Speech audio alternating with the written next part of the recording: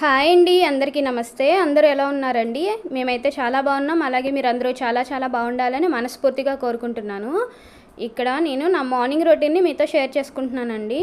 ఇక్కడ ఇదైతే bamboo plant అనమాట. కృష్ణ దగ్గర పెట్టుకున్నాం. ఎండగా ఉంది కదా అని చెప్పి లోపల పెట్టట్లేదు, ఒక్కకి చనిపోతుందేమో అని. అయితే ఈ మట్టి అంతా డ్రై అయిపోయిందండి, నేను చూసుకోలేదు. పొద్దునే కొంచెం పాపం నిర్జీవంగా కనిపించింది అనమాట. అందుకే ఇంకా ట్యాప్ దగ్గర పెట్టేస్తున్నాను. మట్టి అంతా లోపలికి బాగా తడిచేదాకా వాటర్తో నింపాను అనమాట. మనం పేదవాళ్ళకి లేని వాళ్ళకి అలాగా ఫుడ్ అయితే పెట్టలేం, కానీ అట్లీస్ట్ మొక్కలకి వాటర్ అయినా పొయ్యగలం కదండి. ఎక్కడైనా మీకు అలాగా మొక్కలు కనుక నిర్జీవంగా కనిపిస్తే మీకు కుదిరితే ఇలా వాటర్ అనేది పొయ్యండి. మనం డబ్బులు పెట్టి కొనేది ఏం కాదు కదా, మనకి అవైలబుల్గా వాటర్ ఉంటే పోస్తే అది కూడా వాటికి ఫుడ్ లెక్కే కదా. నేనైతే అలా అనుకుంటానండి. అందుకే ఇంకా దీనికి వాటర్తో నింపేస్తున్నాను కింద వరకు, మట్టి అంతా బాగా తడిచేలాగా. అండ్ నాకైతే ఒక్కొక్కసారి అనిపిస్తుందండి, ఎప్పుడైనా బయట బెగ్గర్స్ కానీ లేకపోతే పాపం ముసలి తాత వాళ్ళు కొంచెం ఫుడ్ కోసం అలా ఎదురు చూసినప్పుడు నాకు మనీ ఉండుంటే బాగుండేది కదా, నేను వీళ్ళకి హెల్ప్ చేసి ఉండేదాన్ని కదా అని అనిపిస్తుందండి. అలాగే యూట్యూబ్లో చాలా చూస్తానన్నమాట వీడియోస్. కొన్ని ఉన్నాయి పర్టికులర్ ఛానల్స్. వాళ్ళు ఏంటంటే ఇలాగ పూర్ పీపుల్స్కి, ఇలాగ రోడ్ సైడ్ బెగ్గర్స్కి, అలాగే యానిమల్స్కి కూడా ఫీడ్ చేస్తూ ఉంటారు. నాకు చాలా హ్యాపీగా అనిపిస్తుంది. అలాంటప్పుడు మీ అందరికీ కొంచెం ప్రౌడ్గా అనిపిస్తుందేమో, కానీ నాకైతే ఒక్కటే బాధ అనిపిస్తుందండి. నిజంగా దేవుడు నాకు కూడా కొన్ని కోట్ల రూపాయలు కానీ లేకపోతే నేను వాళ్ళకి హెల్ప్ చేసేంత స్తోమత కానీ నాకు ఇచ్చి ఉంటే నేను కూడా ఇలా చేసి ఉండేదాన్ని కదా, పాపం కదా అని అనిపిస్తుందండి. ఎట్ ద సేమ్ టైం మీరు అనుకోవచ్చు ఇప్పుడు మీకున్న దానిలోనే పెట్టచ్చు కదా అని. పెడతానండి, బట్ ఒక్కటే అనుకుంటాను, ఇప్పుడు మేమంతా హై క్లాస్గా లేం కదా, మనం ఇప్పుడు అసలు అలాంటి ముసలి వాళ్ళు కానీ రోడ్ల మీదకి ఎందుకు వస్తారో తెలుసా అండి? మనం మన పేరెంట్స్ని చూడకపోవడం వల్లే వాళ్ళు బెగ్గర్స్గా అలాగా వస్తారనమాట. సో ఎవరి పేరెంట్స్ని వాళ్ళు మంచిగా ప్రొటెక్ట్ చేసుకుంటే వాళ్ళు రారు కదా. అందుకే నేను అనుకుంటాను, మన పేరెంట్స్ని బాగా సెక్యూర్ చేసుకుంటే అలాంటి వాళ్ళు రారు కదా అని అనిపిస్తుందండి. అందుకే ముందు ఇంట్లో ఉన్న పేరెంట్స్ని మంచిగా చూసుకొని అప్పుడు నాకు దేవుడు ఇస్తే కనుక బయట వాళ్ళకి హెల్ప్ చేయాలని అనిపిస్తుందండి. నేనేదో ఇది యూట్యూబ్ వీడియో కోసం అయితే చెప్పట్లేదండి, నా హార్ట్ఫుల్గా చెప్తున్నాను. ఎప్పుడు అనిపిస్తుంది నాకు డబ్బులు ఉంటే బాగుండేది, లేకపోతే కొంచెం మనీ నాకు వెనకాల ఆస్తులు ఉండుంటే బాగుండేది, నేను వీళ్ళకి ఏమైనా హెల్ప్ చేసి ఉండేదాన్ని అని అనిపిస్తుందండి. మనకేమో మిడిల్ క్లాస్ మెంటాలిటీ, అట్లీస్ట్ మనం కాకపోయినా నిజంగా డబ్బులు ఉన్న వాళ్ళు, చేయగలిగిన వాళ్ళైనా ఇలాంటి హెల్ప్స్ చేస్తే బాగుండు అని అనిపిస్తుందండి. ఎవరైనా మన వీడియోస్ అలాంటి వాళ్ళు చూస్తే కనుక ప్లీజ్ అండి, మీకు తోచిన హెల్ప్ రోడ్ సైడ్ ఉన్న వాళ్ళకి హెల్ప్ చేయండి. నాకు కూడా దేవుడు అంత మంచి స్తోమతను ఇవ్వాలని నేను మనస్ఫూర్తిగా కోరుకుంటున్నాను. అలాగే మీరు కూడా బ్లెస్ చేయండి, ఒకరికి హెల్ప్ చేసే రేంజ్లోకి నన్ను దేవుడు తీసుకొచ్చేలాగా. అండ్ ఇంకా వాళ్ళు మీకు బోర్ కొట్టించేసి ఉంటాను, ఎందుకంటే 2 days నుంచి ఈ విషయం అయితే మైండ్లో ఉంటుందన్నమాట. ఇంతకుముందు ఇలాంటి హెల్పింగ్ వీడియోస్ చూసినప్పుడు మంచిగా అనిపించేది, బాగా హెల్ప్ చేస్తున్నారు అదని. కానీ ఈ మధ్య ఏంటంటే ఆటోమేటిక్గా కళ్ళ నుంచి వాటర్ వచ్చేస్తున్నాయండి. పాపం కదా ఏంటి వీళ్ళని. ఈ మధ్య నేను యానిమల్ వీడియోస్ కూడా చూస్తున్నాను అనమాట. షార్ట్స్లో వస్తాయి కదా, పర్టికులర్గా చూడట్లేదు.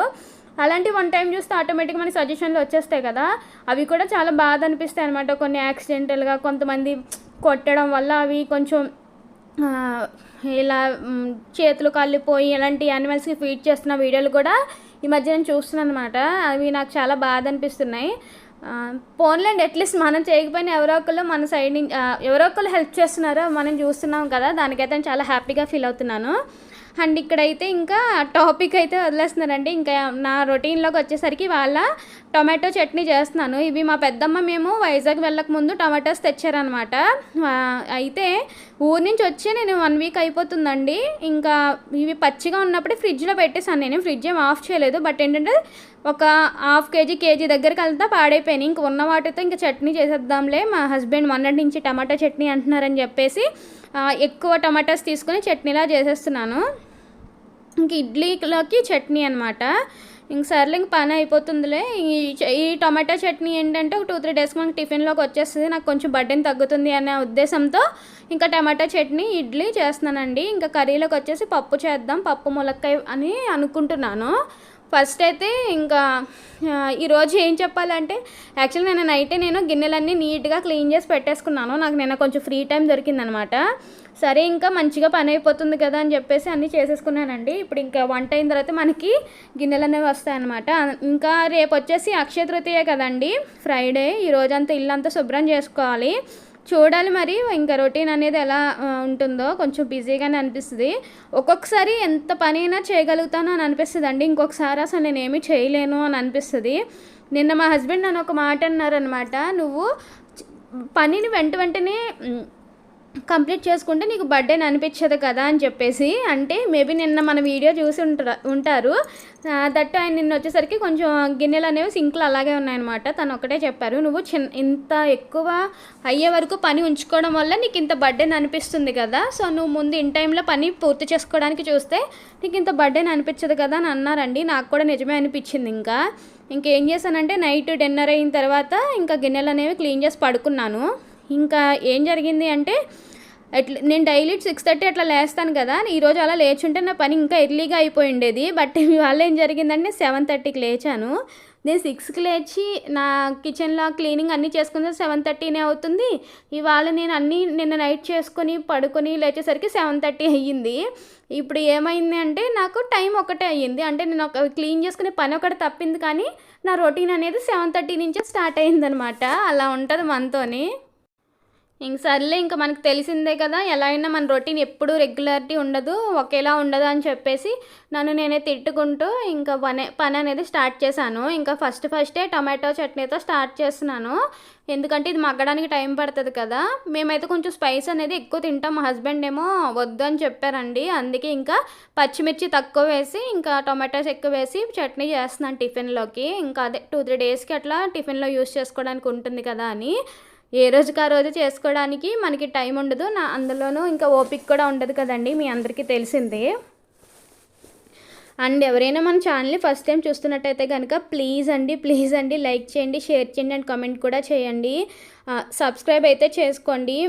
మీరు సబ్స్క్రైబ్ చేసుకోవడం వల్ల నాకు కొంచెం బూస్టప్గా ఉంటుంది. అలాగే కొంచెం మనది లైక్ చేయడం వల్ల కొంతమందికి రికమెండేషన్లో వెళ్తుందనమాట.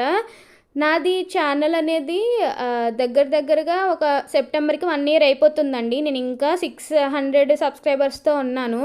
మీరందరూ నన్ను బ్లెస్ చేసి కొంచెం దయచేసి సబ్స్క్రైబ్ చేసుకొని నా వీడియోస్ చూడండి. ఎందుకంటే మన ఛానల్లో సబ్స్క్రైబ్ చేసుకున్న వాళ్ళు 6% చూస్తుంటే 90% ఆఫ్ ద పీపుల్ సబ్స్క్రైబ్ చేసుకున్న వాళ్ళే చూస్తున్నారండి. వాళ్ళు కూడా చేసుకుంటే నాకు 1,00,000 1000 అలా అక్కర్లేదండి. అట్లీస్ట్ 1K దాటితే సరిపోతుంది.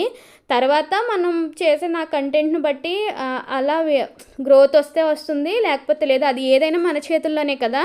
నేను రెగ్యులర్గా వీడియోస్ పెట్టి రెగ్యులర్గా కంటెంట్ క్రియేట్ చేసి ఇంకా ఇంప్రూవ్ చేసుకుంటే ఆటోమేటిక్గా వస్తారు. బట్ ఏంటంటే నేను ఆల్మోస్ట్ 75% వరకు సబ్స్క్రైబర్స్ అనేవి రీచ్ అయ్యాను. ఇంకా 2 monthsలో అనేది ఇంకా నాది 1 year అయిపోతే ఇవన్నీ వేస్ట్ అయిపోతాయి కదా. ఆల్రెడీ నాది 500 సబ్స్క్రైబర్స్ అంటే 3000 వాచ్ అవర్స్ అయితే కంప్లీట్ అయిపోయినాయి. దానికి తగ్గ మానిటైజేషన్ కూడా అయిపోయిందండి. తర్వాత నేను నా హెల్త్ ఇష్యూస్ వల్ల ఏదో రీజన్స్ వల్ల ఇంకా నేను వీడియోస్ అనేవి రెగ్యులారిటీ మిస్ అయ్యాను అనమాట. ఇలా ఏమవుతుందంటే కొన్ని రోజులు పెట్టకపోవడం వల్ల నా ఛానల్ అయితే గ్రోత్ అవ్వట్లేదండి. మీకు చెప్తున్నాను, నాకు 100 సబ్స్క్రైబర్స్ ఉన్నప్పుడే నాకు ఒక వీడియో పెడితే వ్యూస్ 300 అట్లా వచ్చేవి. ఇప్పుడు నా దానిలో 600+ ఉన్న వ్యూస్ 90, 80 అలా వస్తున్నాయి అనమాట. మేబీ నా అదే మిస్టేక్ అయ్యి ఉండొచ్చు, నేను రెగ్యులారిటీగా పెట్టట్లేదు కదా. సో ఈసారి నుంచి పెడదామని ట్రై చేస్తున్నానండి. ఎందుకు అంటే ఆల్మోస్ట్ 75% రీచ్ అయ్యాను. ఇంకో 25% కష్టపడితే నా 1K అయితే నెక్స్ట్ నేను నా ఇంట్రెస్ట్ని బట్టి వీడియోస్ మంచిగా ప్లాన్ చేసుకొని పెడదామని అనుకుంటున్నానండి. ప్లీజ్ అండి ఒక్క 300 members ఉంటేనే అది 1K అవుతుంది. నేను మిమ్మల్ని బెగ్ చేస్తున్నానని అనుకోండి. ఎందుకంటే ఇది నేను బయట డబ్బులు ఇచ్చి కొనుక్కునేదానికి లేదు, అలాగే నేను కష్టపడితే వచ్చేది కాదు. మీరు నన్ను బ్లెస్ చేసి మీ సబ్స్క్రిప్షన్స్ని నన్ను సబ్స్క్రైబ్ చేసుకోవడం వల్లే ఇదంతా సాధ్యమవుతుందన్నమాట. అండ్ నాకు చాలామంది సపోర్ట్ చేసే వాళ్ళు కూడా ఉన్నారండి. వాళ్ళు ఇంకా ఇలాగే సపోర్ట్ చేస్తూ ఉండాలని మనస్ఫూర్తిగా కోరుకుంటున్నాను. అండ్ నా ఛానల్ని ఇంతవరకు రావడానికి కూడా కొంతమంది సబ్స్క్రైబర్స్ అయితే చాలా ఇంపార్టెంట్, అంటే మంచి కీ రోల్ అనమాట. నేను ఎప్పుడైనా లోలో ఉన్నా, నాకు ఏమైనా బ్యాడ్ కమెంట్స్ వచ్చినా, లేదు మీరు వీడియోస్ చేయండి మేము ఉంటామని చెప్పేసి నాకు సపోర్ట్ చేసిన వాళ్ళు చాలా ఎక్కువ మంది ఉన్నారండి. అంత లవ్ నేను రిలేటివ్స్లో, ఫ్రెండ్స్లో కూడా చూడలేదు, యూట్యూబ్లో చూశాను. ఇలాంటి ఎక్స్పీరియన్సెస్ చాలా ఉన్నాయన్నమాట. ఇంకా మంచి ఎక్స్పీరియన్స్ నాకు యూట్యూబ్లో రావాలని మనస్ఫూర్తిగా కోరుకుంటున్నానండి. అలాగే మీరు అందరూ కూడా నన్ను బ్లెస్ చేసి, మీకు నచ్చితే వేరే వాళ్ళకి షేర్ కూడా చేసి మన వీడియోస్ని లైక్ చేయండి. ఇంకా వ్లాగ్ అయితే ఇంతటితో క్లోజ్ చేస్తున్నానండి. నచ్చితే కనుక please like, share and subscribe. Thanks for watching. By.